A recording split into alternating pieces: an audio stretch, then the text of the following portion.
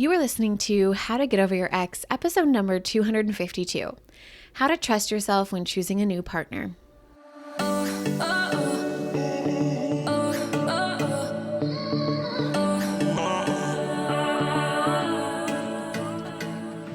Welcome to How to Get Over Your Ex, a podcast on getting over your ex without it just taking time. I'm your host, breakup coach Dorothy. Let's turn your pain into power and your heartbreak into happy. Hello, beautiful brave hearts. I have been batch creating my podcast episodes in preparation for maternity leave, so I just want to make sure that all of you have new episodes while I'm out, and it's been the most fun. It really reminds me of when I first started my podcast. I used to do all of the month's episode in one day. I feel like a beast. I was in beast mode.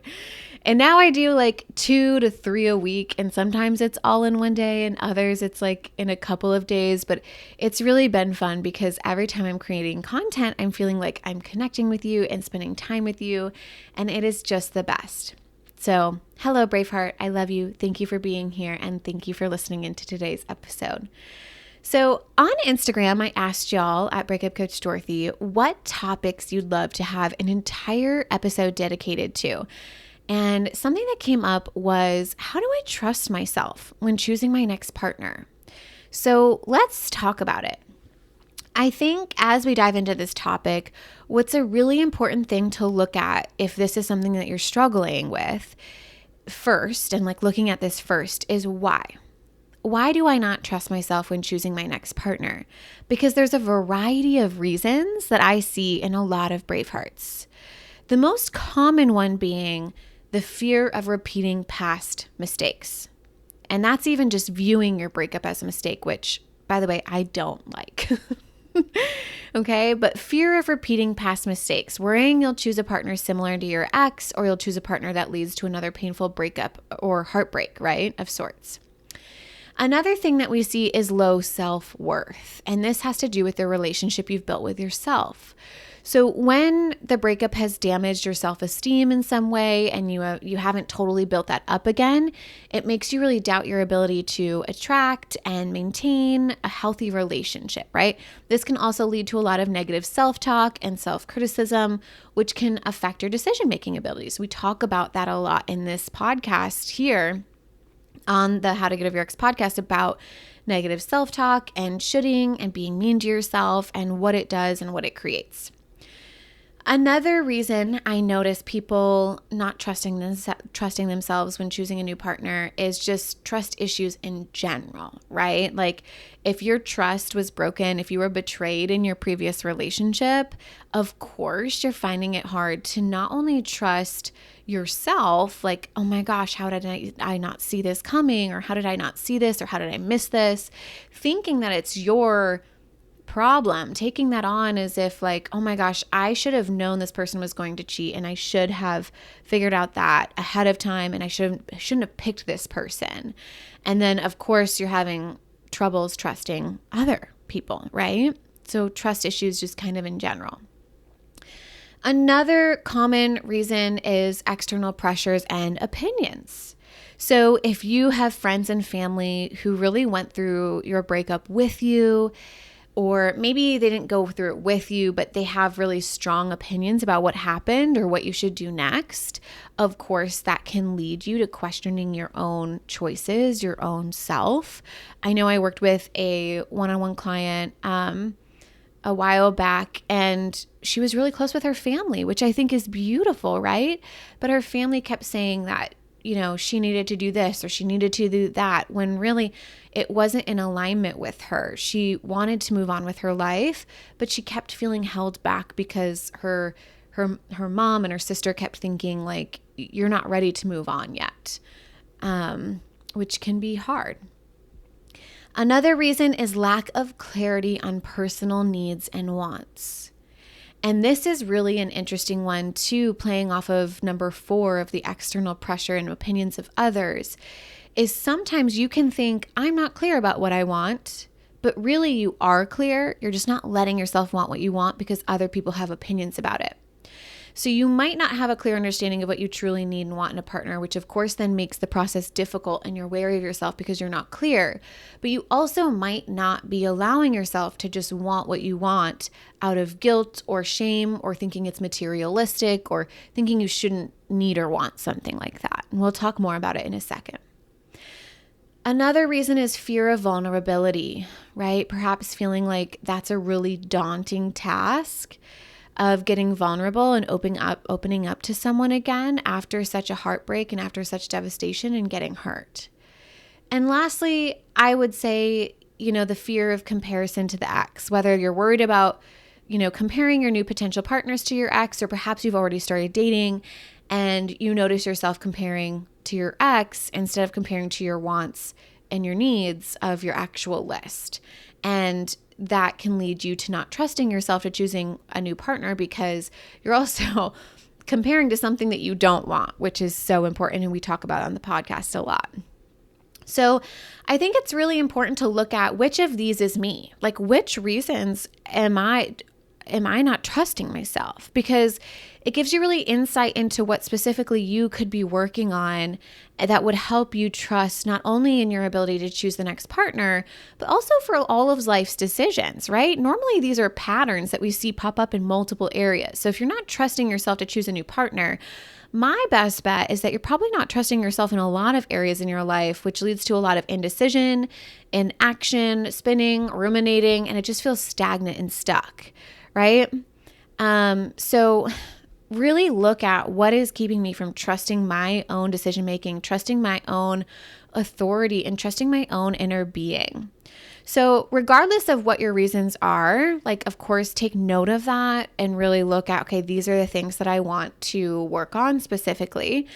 But when I started thinking about, my clients who really thrive at this, who are really good at trusting their self, trusting their authority, that built this kind of relationship or foundation and groundedness with themselves, what I realized is that they had 6 major mindset shifts that helped them build trust with themselves when it came to not only choosing their next partner, but also when it came to building their bigger and better life.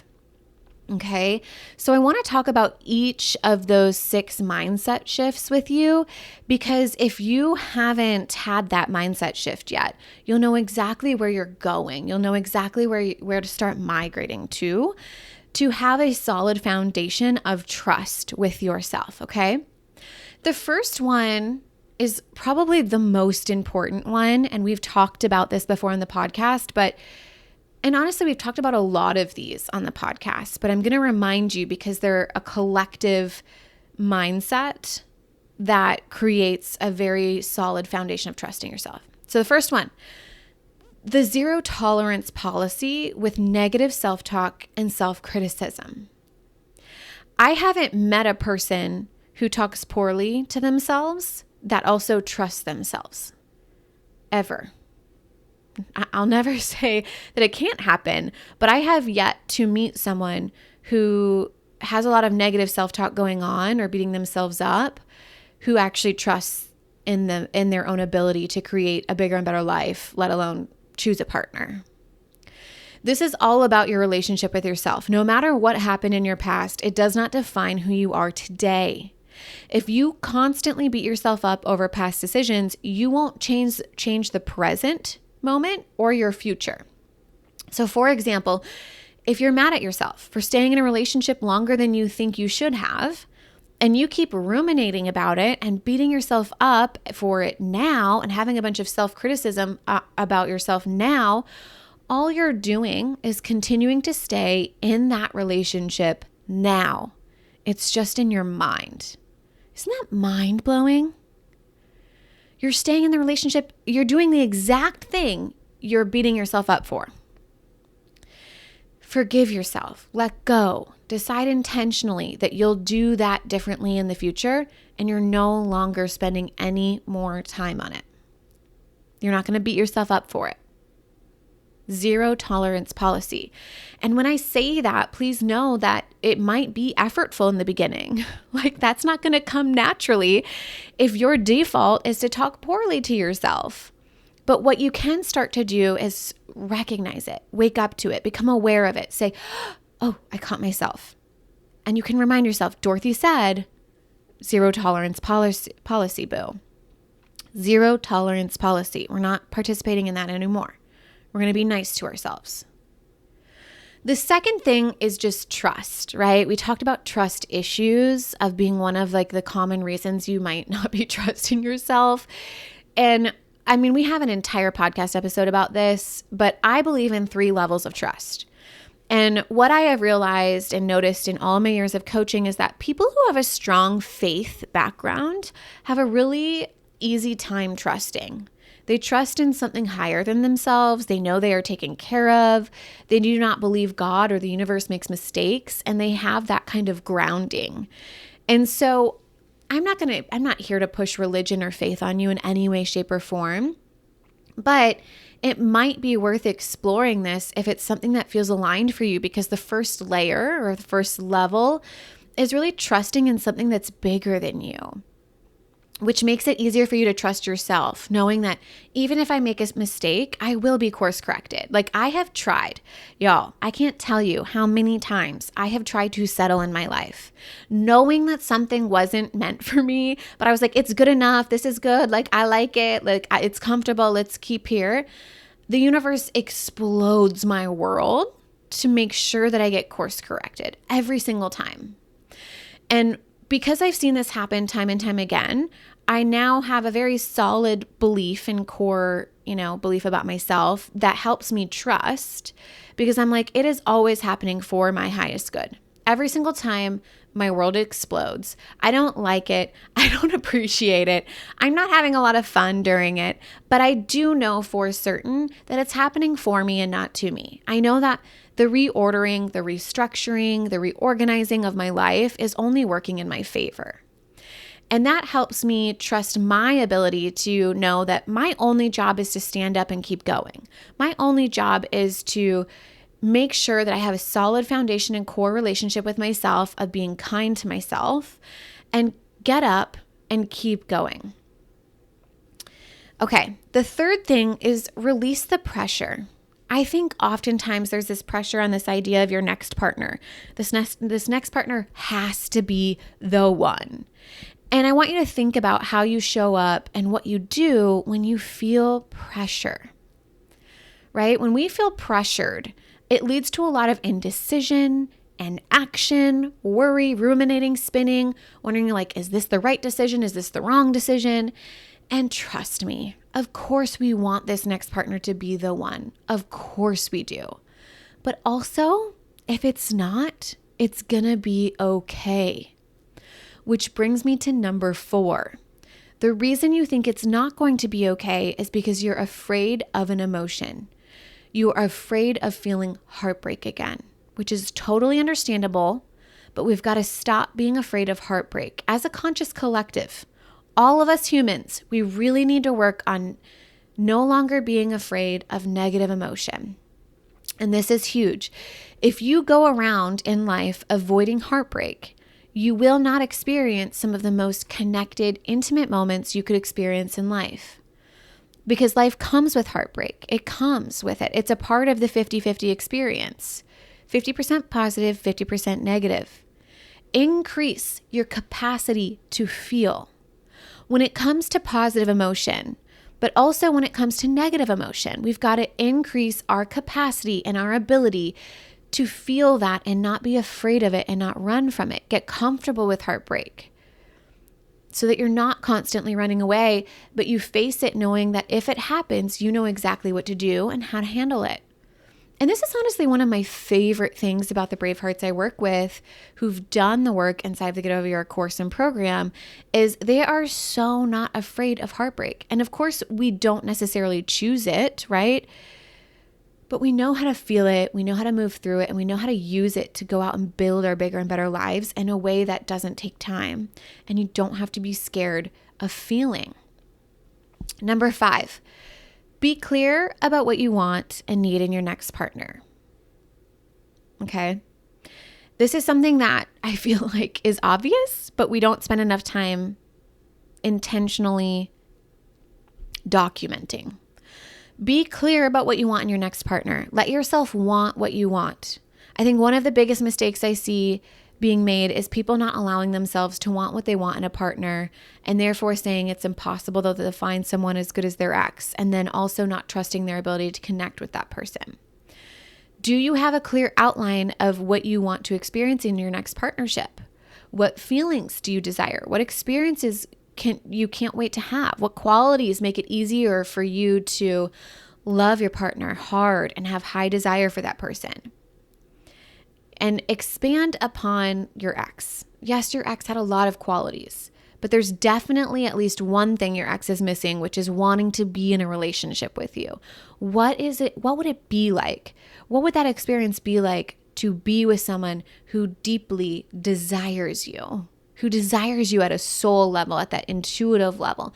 And of course, maybe they did, but if you guys aren't together, there's a reason, right? So what would that look like to have a partner who wants to do life with you at that pace, in that way?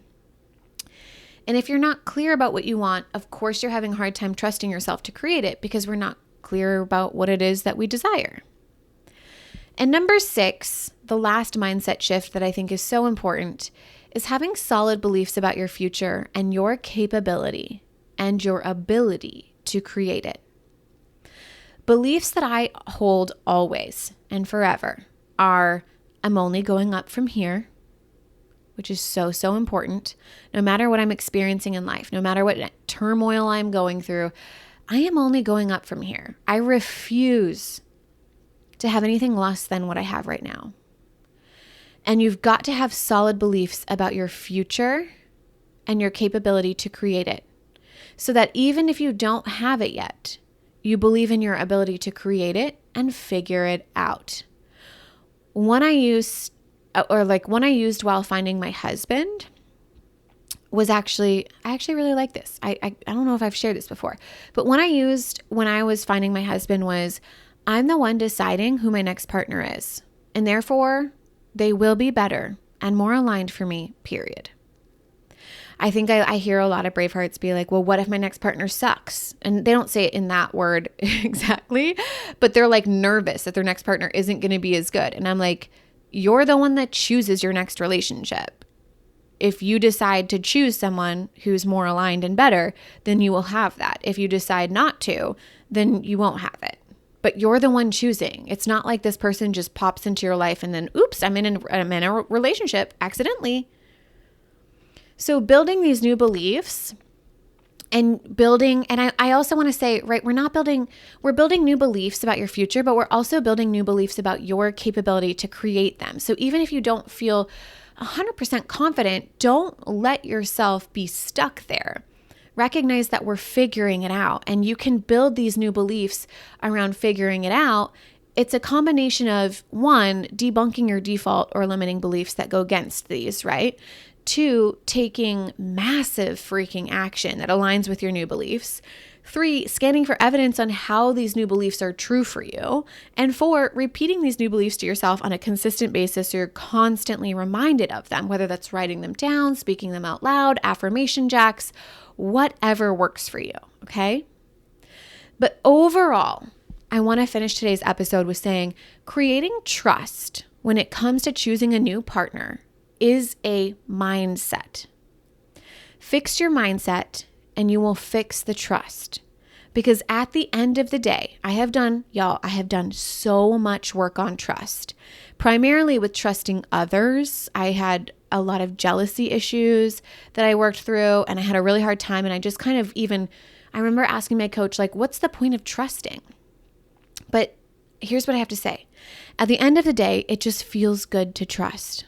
It feels good to trust yourself. It feels good to trust other people. It feels good to trust something bigger than you. So no matter what happens, you might as well trust yourself. Trust your ability and trust your capability to figure it all out no matter what life throws your way, because it just feels better.